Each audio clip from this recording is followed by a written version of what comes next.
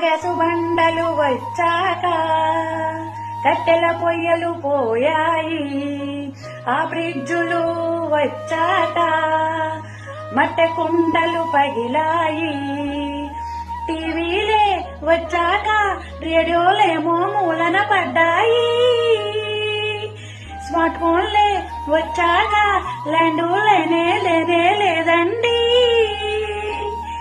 ఇవన్నీ చూసిన ప్రకృతి మాత్రం ఊరికే ఉంటుందా? అక్కేమో వచ్చాక టిక్ టాకే తీసేశారు, ఇన్స్టాగ్రాములు పాఠాలు, ప్రజలకేమో కష్టాలు.